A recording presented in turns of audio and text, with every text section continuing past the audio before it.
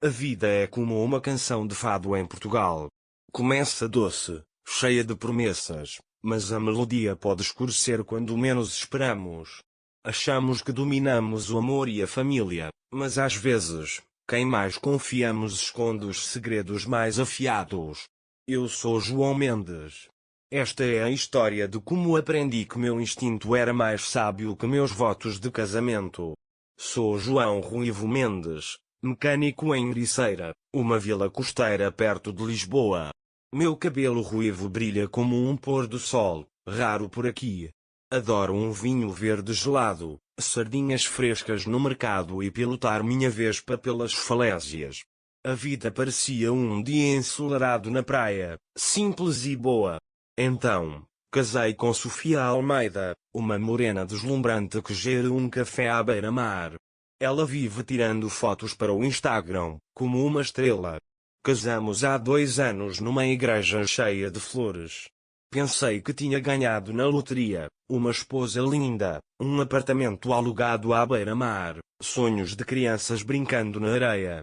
Queria ser um pai que ensinasse os filhos a surfar, não como o meu velho, que só ligava para seu barco de pesca. Mas quando Sofia deu à luz Mateus, meu mundo virou. Estava pronto para lhe mostrar as ondas. Então, vi ele. Mateus tinha cabelo preto brilhante, como o carvão polido. Seus olhos eram escuros, como grãos de café torrado. Eu sou um ruivo raro que queima em 10 minutos. Sofia tem cabelo castanho e olhos avelã. De onde veio esse cabelo? Disse a mim mesmo que era só a luz fraca do hospital. Tentei rir, como se sardinhas queimadas ainda fossem boas. Mas Beatriz, a fofoqueira do mercado que vive de rumores, jogou uma bomba. Mateus parece aquele cantor de fado do Festival de São João passado, disse ela. Sabe, o cara de cabelo preto comprido, tipo poeta. Meu coração afundou. A língua de Beatriz é mais rápida que um elétrico de Lisboa. Ela acrescentou, aquele cantor estava bêbado, e Sofia dançava a noite toda. Quis calá-la, mas Beatriz só despeja fofocas. A dúvida começou a roer-me. Olhei para Mateus, procurando meu nariz ou sorriso. Nada. Só as maçãs do rosto de Sofia e aquele cabelo preto, como se fosse penteado por um profissional. Pesquisei genética na internet, como se fosse estudar para um exame. Dizia que cabelo preto pode estar escondido nos genes. Mas minha família é toda de ruivos ou castanhos. A família de Sofia é de morenos. Ninguém tem cabelo preto. As chances não batiam. Liguei para meu amigo Ricardo Silva, um veterinário que se acha especialista em DNA por causa de uma aula na faculdade. Ele disse, João, a menos que tenhas um avô espanhol escondido, esse miúdo não é teu. Compra um teste de DNA na farmácia. É barato. Ri, mas meu estômago revirava. Um teste de DNA? Parecia loucura, mas grudou como uma melodia triste de fado. Sofia começou a agir estranho. Ria ao telemóvel, depois escondia-o quando eu entrava. Dizia que era negócio do café. Não sou tão ingênuo. Precisava da verdade, mesmo que afundasse minha vida como um barco furado. Qual foi a maior desconfiança que já tiveste? Conta nos comentários. Dá um like, subscreve e toca o sino para acompanhar a próxima onda deste drama. Acredita, está só começando. Depois que Mateus nasceu, senti-me como se tivesse entrado num fado que deu errado. Queria ser o pai que o ensinaria a chutar bola nas praias de Ericeira. Mas seu cabelo preto e olhos escuros mantinham-me inquieto. Não combinavam comigo nem com Sofia. Nesta vila pequena, segredos espalham-se como espuma salgada do Atlântico. A vida com Sofia parecia normal por fora. Ela postava fotos de Mateus no Instagram, com legendas como minha pequena onda. Eu estava na garagem, consertando vespas, tentando calar minhas dúvidas. Mas pequenas pistas acumulavam-se. Eram como conchas num balde, pesadas e impossíveis de ignorar. Sofia ficou reservada. Escrevia no telemóvel, sorrindo como se falasse com um amor de verão. Quando eu me aproximava, Escondia-o rápido. Uma noite, ouvia rir baixinho na cozinha, voz doce e sedutora. Perguntei quem era. Só um fornecedor do café, disse, rápido demais. A desculpa soou falsa. Seus olhos hesitaram, como se tivesse sido apanhada a roubar um pastel de nata. Comecei a observá-la. Ela escondia algo, e eu não era tolo para ignorar. Na festa de Páscoa passada, ela era assim, dançava com primos, ria, mas escapulia para ver o telemóvel. Na altura, achei encantador, agora, parecia um aviso. Uma noite, parei num bar de fado na vila, querendo um vinho verde para apagar os pensamentos. Os habituais, homens curtidos tomando café, cochichavam sobre o festival de São João. Sofia dançava com aquele cantor, disse um, sorrindo. Aquele de cabelo preto como corvo. Segurei o copo, fingindo não ouvir. As palavras cortaram mais fundo que o lamento do fado, atiçando minha inquietação. Depois, Beatriz, a rainha das fofocas de Ericeira, abordou-me no mercado. Inclinou-se, olhos brilhando como se tivesse achado ouro. Aquele São João do ano passado, sussurrou. Sofia estava colada naquele cantor de fado. Sabe, o de cabelo comprido e guitarra de poeta? Meu estômago revirou. Lembrei-me daquela noite, eu grelhando peixe, Sofia dançando junto à fogueira. As palavras dela grudaram como algas numa rocha. Em casa, pesquisei sobre genética de cabelo preto.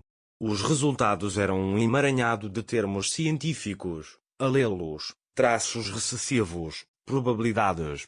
Não sou doutor, mas sabia que dois pais de cabelo castanho terem um filho de cabelo preto era tão provável quanto pescar um tubarão em Ericeira. Minha família é de ruivos ou castanhos. A de Sofia é toda morena. Contei a meu irmão Tiago, um pescador que se acha filósofo depois de uns copos de vinho verde. Num café, ele disse, ruivo, ou estás cego, ou Sofia está a enganar-te. As mulheres são espertas, mas tropeçam. Faz um teste de DNA, homem. Não me faças repetir. As palavras dele bateram como uma onda. Queria discordar, mas ele tinha razão. Mais tarde, juntei-me a Tiago no cais, vendo barcos balançarem ao luar. Ele riu das suas desventuras amorosas, como a rapariga que o trocou por um turista. És mais esperto que eu, João, disse. Não deixes Sofia fazer-te de palerma. As histórias dele não resolveram nada, mas deram-me coragem. Eu tinha que agir. As noites ficaram difíceis. Ficava acordado, Sofia dormindo ao meu lado, a respiração calma. Imaginava Mateus como meu, o cabelo apenas um capricho. Mas as fofocas de Beatriz, os textos de Sofia e o falatório do bar assombravam-me. Parei de brincar tanto com Mateus. Os risos dele ainda me conquistavam, mas eu temia a verdade. Cada sorriso de Mateus era um aperto. Eu brincava com ele, depois recuava, como tocar num fogão quente. Sofia notou, franzindo a testa. Estás distante com ele, disse. Poupei o trabalho, mas meu coração acelerava como uma vespa a todo gás. Não podia viver com essa névoa. O teste de DNA da farmácia não parecia mais loucura. Era hora de enfrentar o que estava escondido nas sombras, custasse o que custasse. Conserto vespas com uma chave inglesa e esforço, mas o mistério de Mateus não era algo que eu pudesse arrumar. A dúvida zumbia como um mosquito que não conseguia espantar. Após o conselho direto de Tiago, decidi bancar o detetive. Não o tipo fixo com chapéu, mas o que compra um teste de DNA na farmácia local. Num domingo, Sofia estava no café, servindo expressos e sorrisos. Fui de vespa à farmácia, o coração batendo como um tambor de festival. Peguei o kit de teste, jogando uns pastéis de chá para disfarçar. Imaginava a velha Ana, a vizinha, aparecendo e dizendo, João, já estás a testar o miúdo? Ela disse na semana passada, o cabelo de Mateus é tão preto, como a alma de um fadista. Ri na hora, mas agora doía.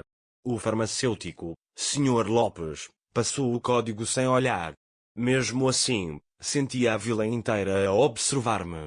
Em Ericeira, comprar um kit de DNA é a notícia de primeira página. Enfiei-o no casaco, rezando para Beatriz não estar por perto. Aquela mulher fareja fofocas como um tubarão sente sangue. Em casa, o teste parecia um puzzle que eu não queria resolver. Abriu na mesa da cozinha, encarando os cotonetes como relíquias. As instruções eram claras: esfregar na minha boca, na do Mateus, enviar. Fácil, não é?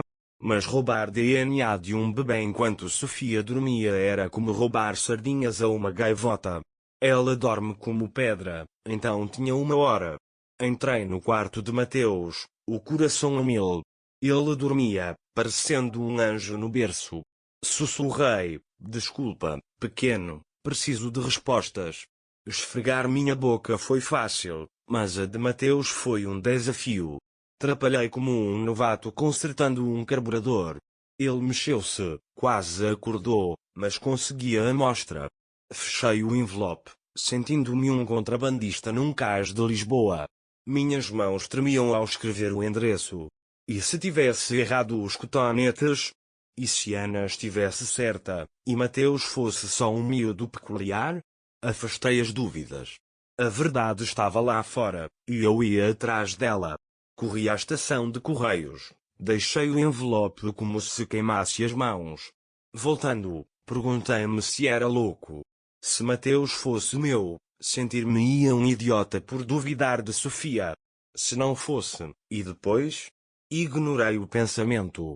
Ainda não estava pronto para essa resposta.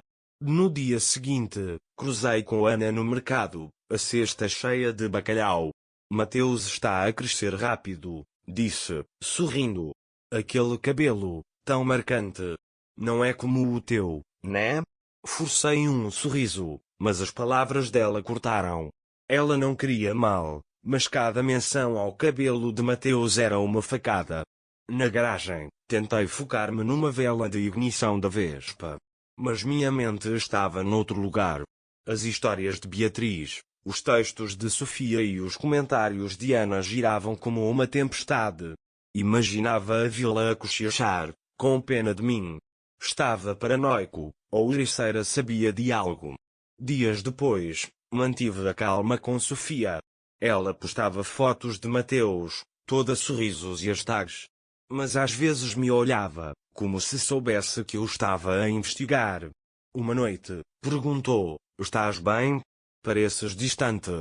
Culpei a garagem, mas meu instinto gritava que ela escondia algo. Precisava do resultado do teste já.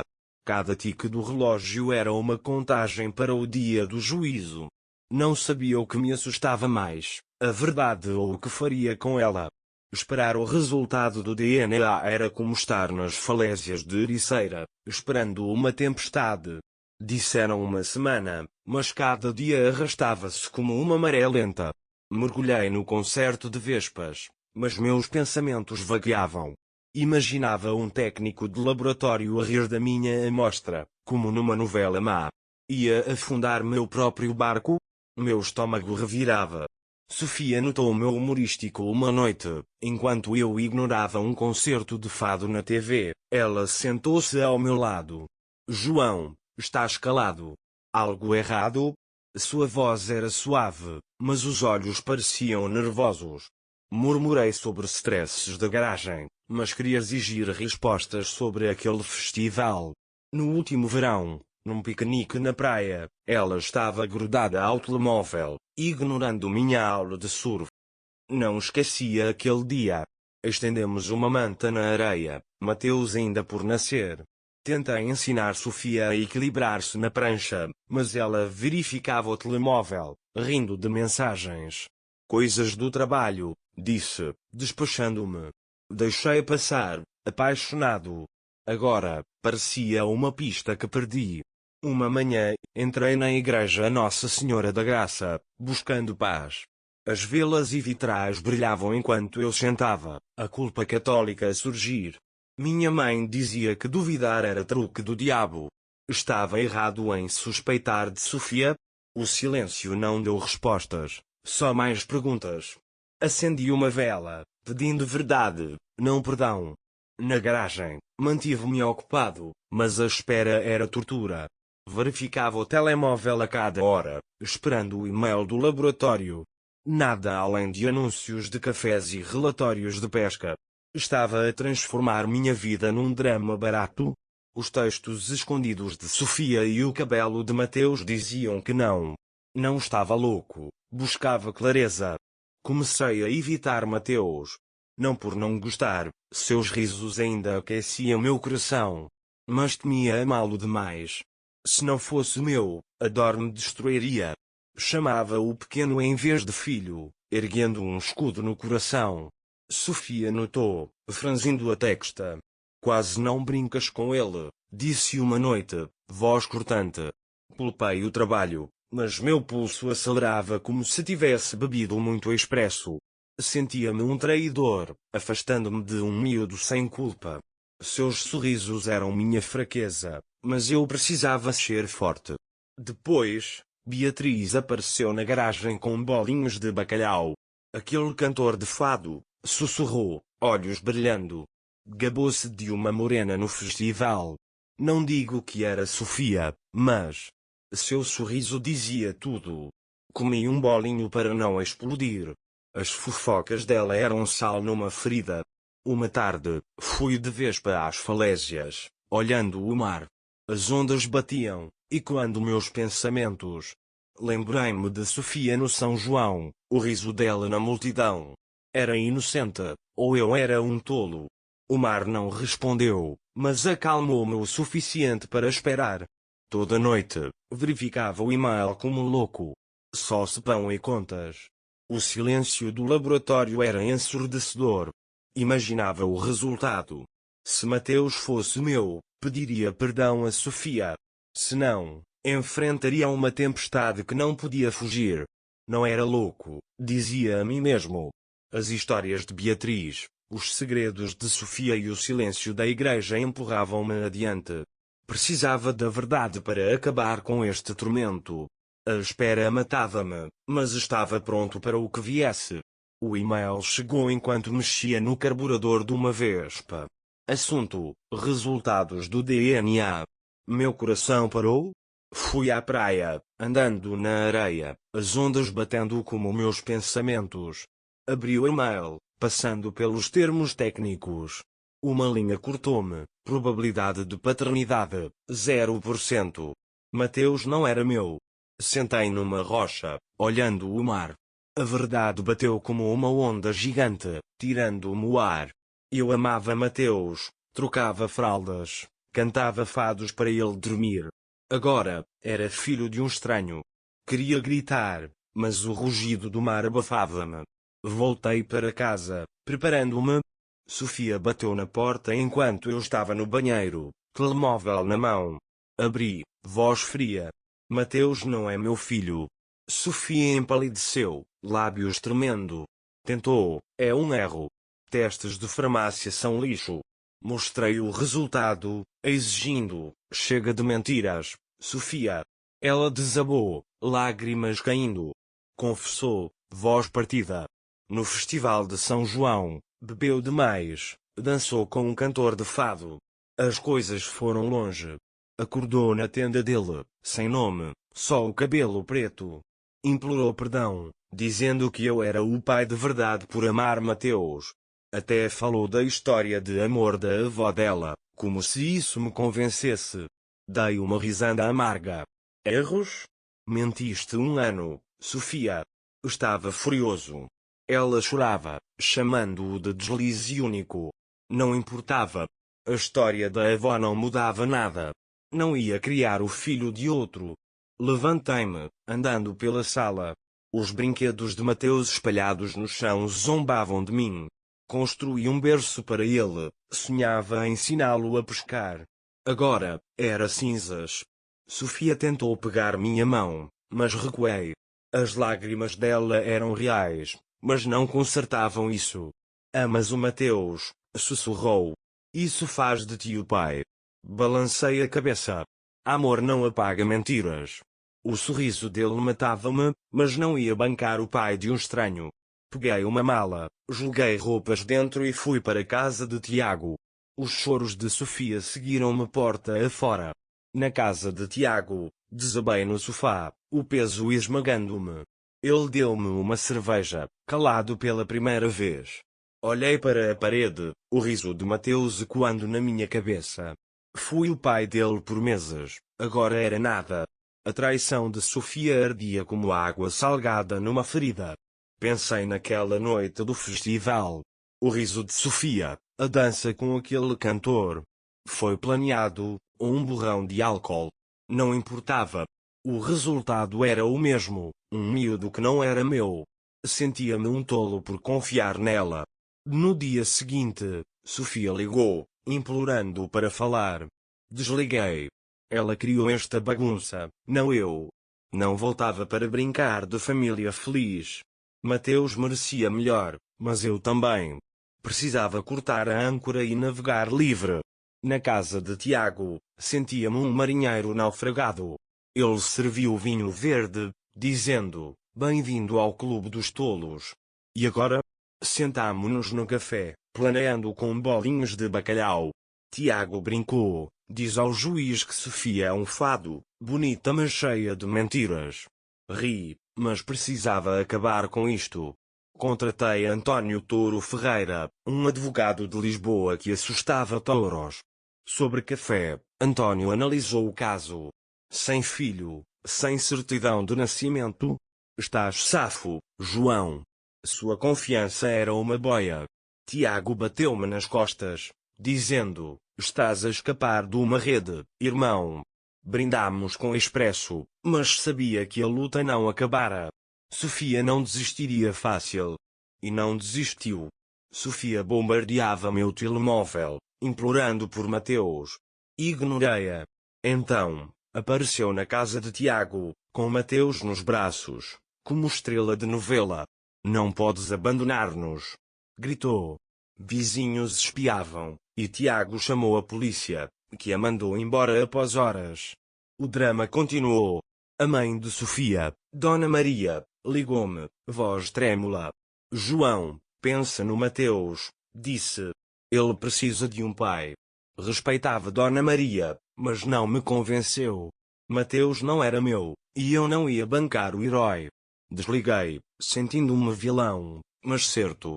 No tribunal, Sofia fez-se de vítima, chorando sobre minha traição. Dona Maria levantou-se, implorando, João, criaste o Mateus. Não partas o coração dele. A sala zumbia, mas António manteve a calma. Mostrou os resultados do DNA, notou que não assinei a certidão, e perguntou, por que meu cliente deve pagar pelo filho de outro? O advogado de Sofia argumentou que eu agi como pai.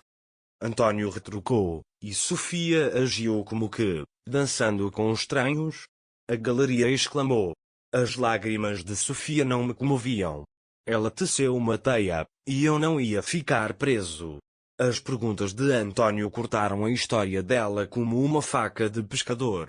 O juiz anotava, parecendo cansado. Eu estava sentado, coração acelerado, enquanto os argumentos voavam. Lembrei-me do primeiro sorriso de Mateus, como me sentia um rei.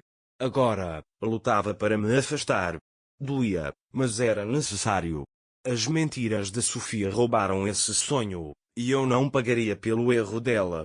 O juiz decidiu, sem pensão para a criança, mas uma pequena pensão para Sofia. O suficiente para ela comprar uns pastéis no café. Brinquei com Tiago depois. Sofia fuzilou-me com o olhar, mas eu estava livre. O tribunal parecia um festival onde escapei de um foguete. Saí, mais leve que em meses. António apertou minha mão, sorrindo. És um homem livre, João. Tiago encontrou-me fora, oferecendo um cigarro. Recusei, mas rimos da cara entediada do juiz. O sol de Lisboa aquecia, e pela primeira vez, senti a tempestade passar. Estava pronto para seguir em frente. Após o tribunal, senti-me como se tivesse escapado a um tsunami. deixei Ericeira por Lisboa, conseguindo um emprego a consertar vespas antigas numa garagem moderna. O pulsar de Lisboa, bares de fado, arte de rua, parecia uma nova canção. Uma noite, conheci Leonor Leu Duarte num bar do Bairro Alto. O cabelo roxo e o humor afiado dela chamaram-me a atenção. Riu da minha história, traído e ainda de pé. És uma lenda, ruivo. Leu era uma brisa marítima. Tomávamos ginginha, zombávamos do meu passado, desenhávamos tatuagens. Uma noite, fomos ao Bairro Alto, dançando eletrónica num clube lotado. Leu riu dos meus pés tortos, mas o sorriso dela valia a pena. Era liberdade, uma faísca que não sentia há anos.